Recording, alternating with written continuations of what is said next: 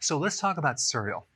As a kid, I consumed probably more cereal than anyone that I knew. I would go to the grocery store with my mother and go there just to pick out my own cereal, to get the little prizes in the cereal, and I had zero awareness of what was in that cereal.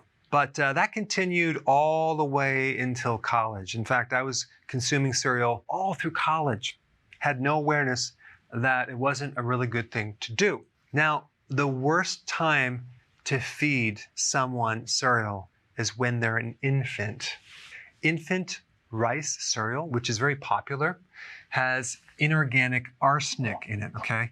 Now, in the soils where they grow grains and plants, there's always going to be some arsenic in very, very small amounts. And that's called organic arsenic. And our bodies can deal with that very easily.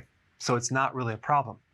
But inorganic arsenic is different. That usually comes from some type of pollution from some waterway that's fed into where that rice is growing in other plants. So this is not healthy for an infant.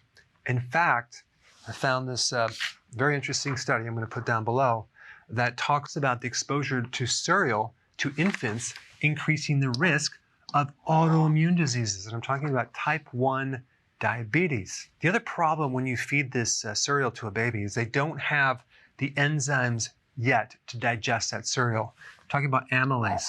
That's developed months later. So you're giving this food that they can't digest with this heavy metal, not to mention the tremendous amount of sugar. Rice cereal is screaming high on the glycemic index. It's way up there. It's going to turn into sugar. And that alone can set your child up for all sorts of blood sugar issues down the road. Of course, the other thing that you know about already is cereal has massive amounts of added sugar. I mean, in some of the cereals, 1 cup is equivalent to the sugar of 1 Twinkie.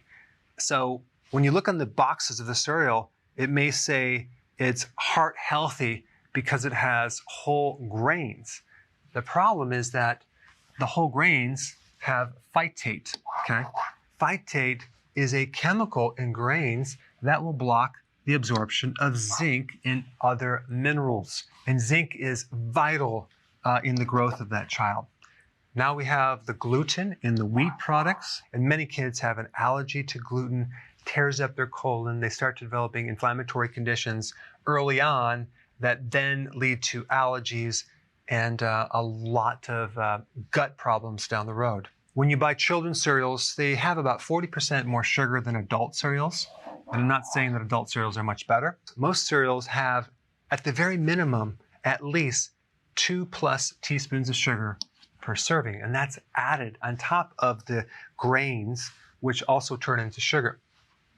And then we have the problem of the GMOs, okay? So these grains, whether it's wheat, soy, corn, other grains, even beet sugars, have been exposed to glyphosate. And this is the herbicide in the GMOs, creating problems with their immune system.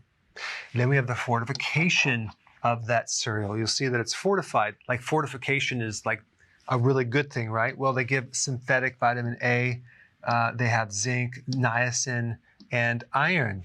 But these vitamins and minerals are not the type of vitamins and minerals that you would see in plants. And they have a different effect on the body to the point where they can accumulate and cause more of a problem. What should your child consume?